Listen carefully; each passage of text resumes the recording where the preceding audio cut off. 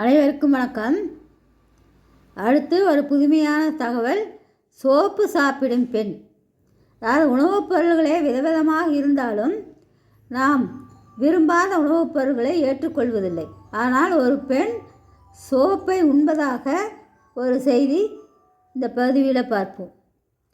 விதவிதமான உணவுகளை விரும்பி சாப்பிடுவர்கள் மனிதர்கள். இலைகள், பல்புகள் போன்றவற்றை சாப்பிடும் வினோத மனிதர்களை பற்றி நீங்கள் கேள்விப்பட்டிருக்கலாம். இங்கே சோப்பு சாப்பிடும் பெண் ஒருவர் இணையத்தில் வைரலாகி உள்ளார். அந்த பெண் கை கழுவும் ரசாயன திரவம் மற்றும் சோப்புடன் இருக்கிறார். பின்னர் சோப்பை நுகர்ந்து பார்க்கும் அவர் திடீரென அந்த சோப்பை கத்தியால் வெட்டி சாப்பிடுகிறார். அதை பார்க்கும்போதே சிலருக்கு குமட்டல் வரலாம். ஏனெனில் சோப்புக்கள் நறுமணம் கொண்டதாக இருந்தாலும் சாப்பிட ஏற்ற பொருள் அல்ல.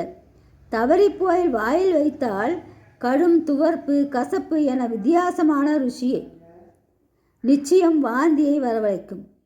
அப்படி இருக்க அவரால் எப்படி சோப்பை சாப்பிட முடிந்தது என்கிறீர்களா? அது அசல் சோப்பு வடிவில் அமைக்கப்பட்ட கேக் ஆகும். அப்போது அச்சு அசலாக பல்வேறு வடிவங்களில் தயாராகும் கேக்குகள் பிரபலமாகி வருகின்றன.